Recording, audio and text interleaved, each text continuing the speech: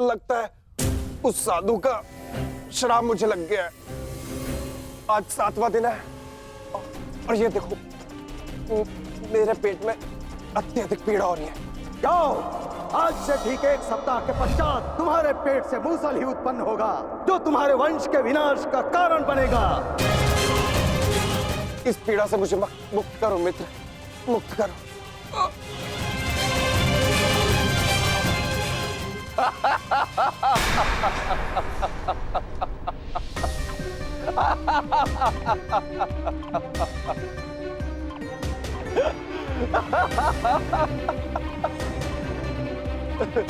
तुम कितने बड़े मूर्ख हो मित्र।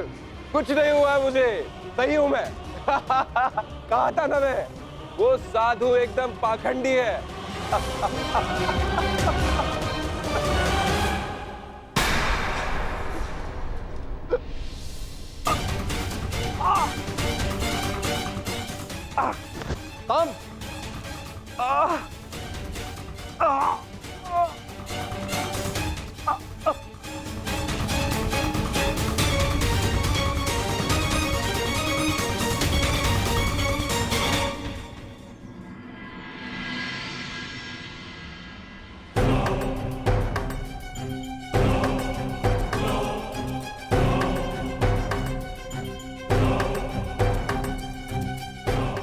बड़ी विचित्र घटना घटी है वासुदेव। कुमार साम के शल्य चिकित्सा के पश्चात उनके पेट से ये मूसल निकला है।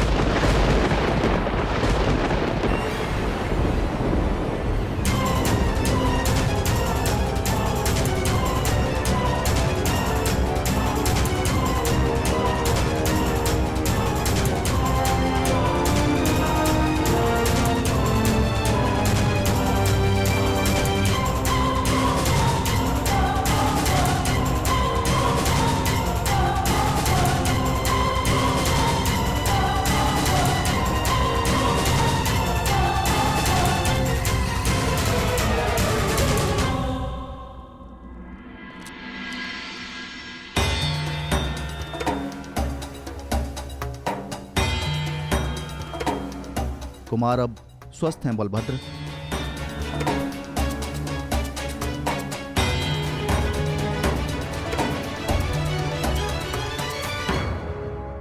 देख लिया, ये उस श्राप का नहीं, ये तुम्हारे अहंकार और तुम्हारे मदिरापान का फल है। ये श्राप तो केवल एक निमित्ता है। तुम्हारे कर्मों के कारण यदुवंश का नाश जन्म ले चुका है। यदि मदिरा के मद में तुमने एक महात्मा का अपमान ना किया होता तो आज तुम्हारी ये दशा ना होती।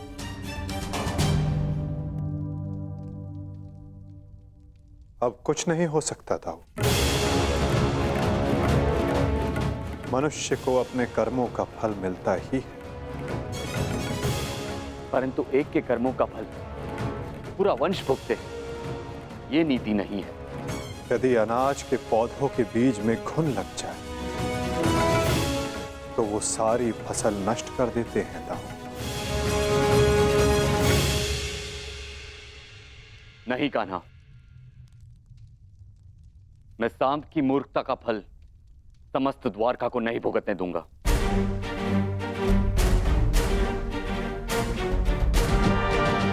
आप इस मूसल का क्या करेंगे दाऊ?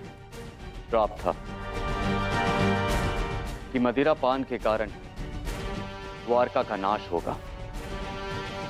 मैं आज ये घोषणा करता हूं कि समस्त द्वारका में किसी भी प्रकार का मद्य का उत्पादन, सेवन या बिक्री वर्जित है।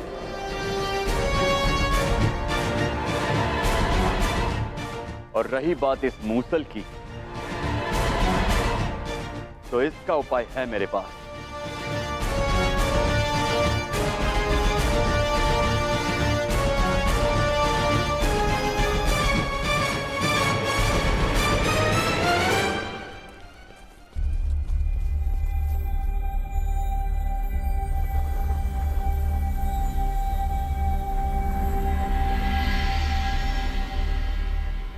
आपके आदेशानुसार मूसल की भस्म बना दी गई है बालभद्र। इसे द्वारका के समुद्र तट पे बहा दो।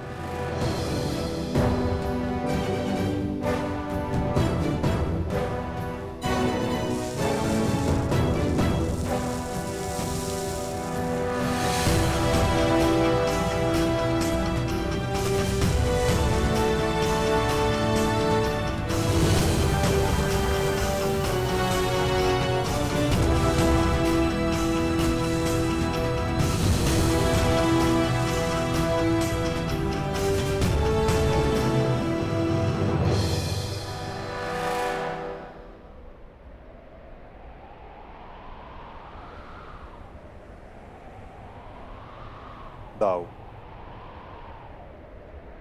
हमारे कर्म ही हमारी नियति निर्धारित करते हैं, केवल सांब के कर्म ही नहीं। कुछ श्राप हैं। मैं तुम्हें श्राप देती हूँ कि जिस प्रकार तुमने मेरे कुल का अंत किया है, उसी प्रकार तुम्हारे कुल का अंत भी होगा। और कुछ पाप भी जो द्वारिका की नियति बनाएंगे। चक्रवात से घर के धराशायी होने का भय हमेशा रहता है कृष्णा। इसका अर्थ ये नहीं कि मनुष्य अपने घर की नींव सुदृढ़ ना करे।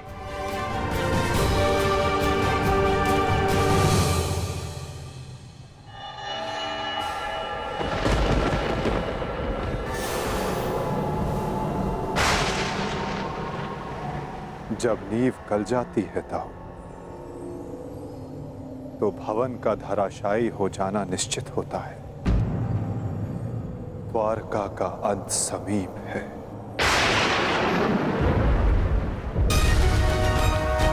नहीं कान्हा, मेरे रहते हुए ऐसा नहीं होगा।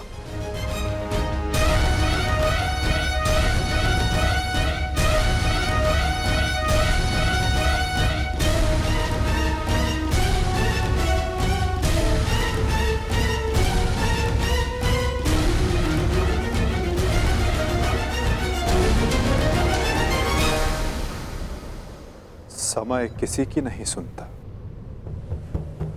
और ना ही श्राप आपकी सुनेगा दाऊ। नियति ने जो चुना है हमारे लिए,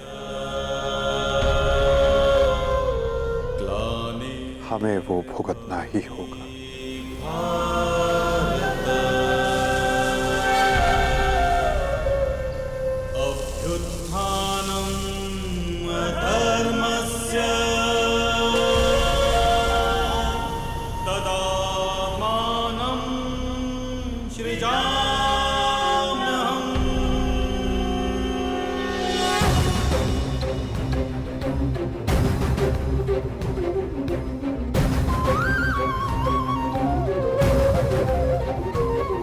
हर एक सरकंडे में एक आहुति छिपी है दाऊ। किसी की मृत्यु तो किसी की मुक्ति।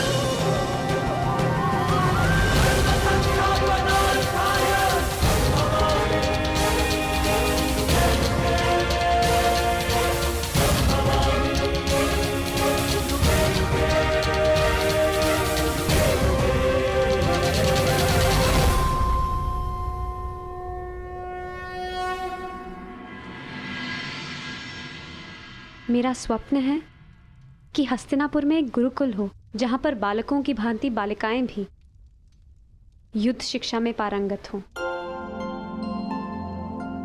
और अपनी सुरक्षा करना सीखें। अति उत्तम विचार है पुत्री।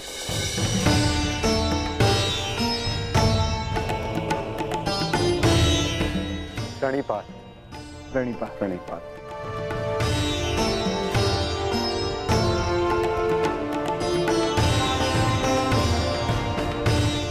यदि प्रत्येक स्त्री अपनी सुरक्षा में समर्थ हो जाए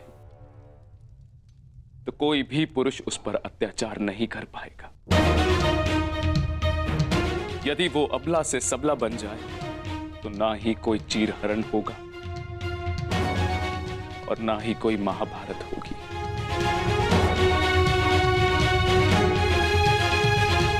ज्येष्ठ पिताश्री, आपने स्मरण किया?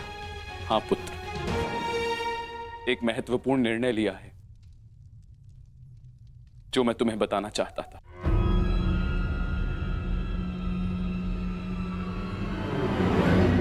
गांधारी, जीवन का हर चरण देख लिया पुत्रों, परंतु अब वानप्रस्थ करके संन्यास ग्रहण करने का समय आ गया है।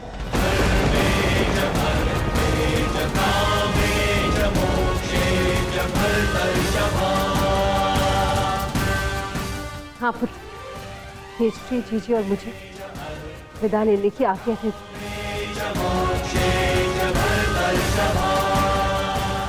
प्रस्थान? किंतु अचानक ऐसे? क्या हुआ माता? कोई समस्या हुई है या हमसे कोई भूल हुई है जिससे आपको कष्ट पहुंचा है? नहीं पुत्रों, तुमने और द्रौपदी ने अपना कर्तव्य कुशलता से पूर्ण किया है और अब हमने निर्णय लिया है कि हम तीनों वानप्रस्थ के लिए प्रस्थान करें।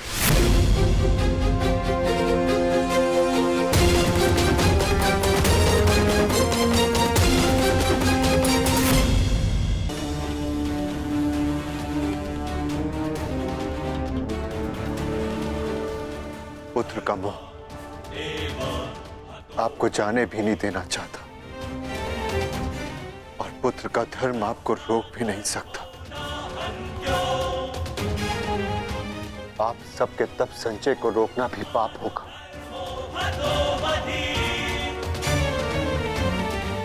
आदेश दीजिए ज्येष्ठ पिताश्री, व्यवस्था हो जाएगी। पुत्र, मुझे तुम पर गर्व है।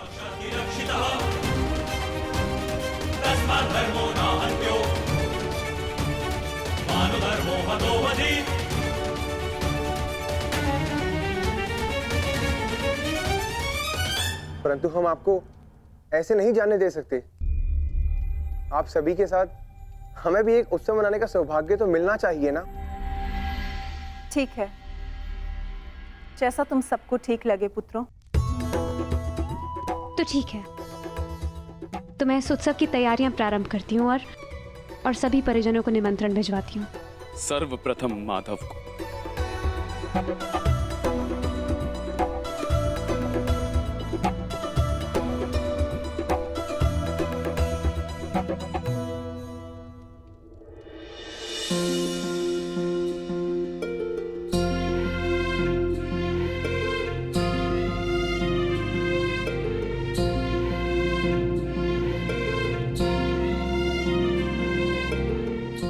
सखी ने निमंत्रण दिया है, स्वीकार करना ही पड़ेगा।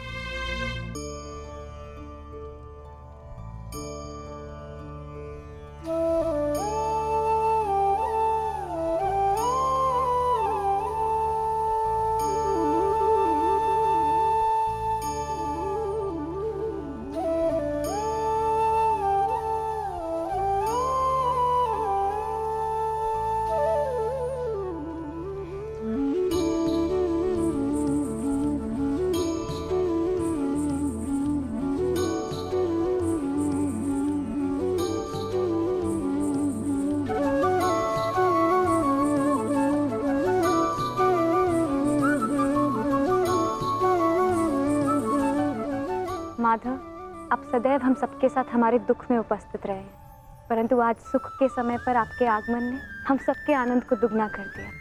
मेरी सखी मुझे निमंत्रण दे और मैं न आऊं,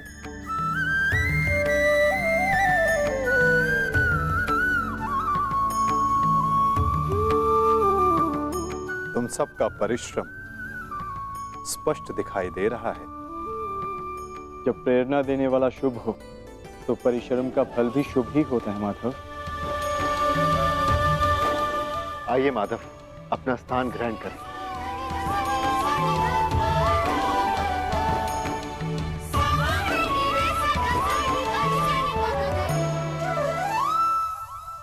सांब के साथ जो हुआ, हमें उसका समाचार मिला माधव। हमें उसका खेद है। कुमार सांब के शल्य चिकित्सा के पश्चात उनके पेट से ये मूसल निकला है। समय का चक्र और नियति को कोई नहीं रोक सकता धर्मराज। परंतु मुझे सदा खेद रहेगा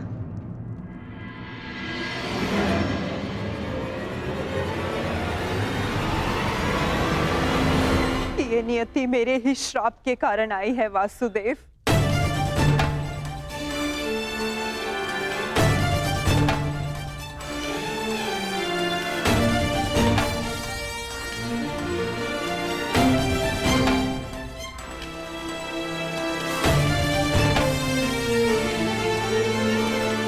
प्रणिपात राजमाता। संतोष मिला कि मेरी भूल के पश्चात भी आपका यहाँ आगमन हुआ वासुदेव। नहीं राजमाता, मैं आया क्योंकि मेरा यहाँ उपस्थित होना आवश्यक था। मुझे क्षमा कर दीजिए वासुदेव। बीते समय पर शोक मनाने से कोई लाभ नहीं। आनंदमय तो ये है कि हम सभी आने वाले नए भविष्य का स्वागत करें। कैसा भविष्य माधव? बधाई हो सम्राट, महारानी वृषाली ने पुत्र को जन्म दिया है।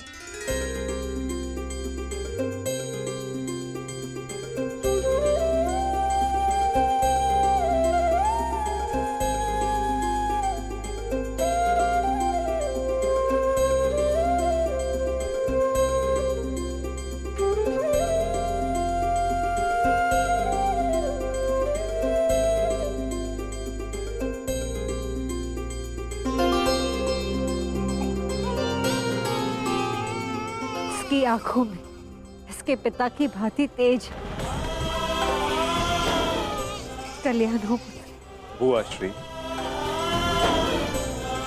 इस बालक का नामकरण कीजिए।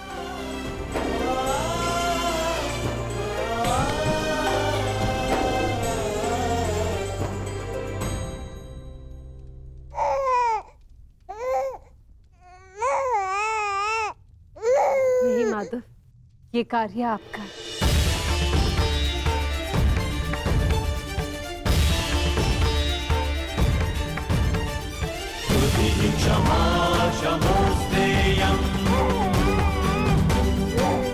शौचमिन्द्रिय निग्रह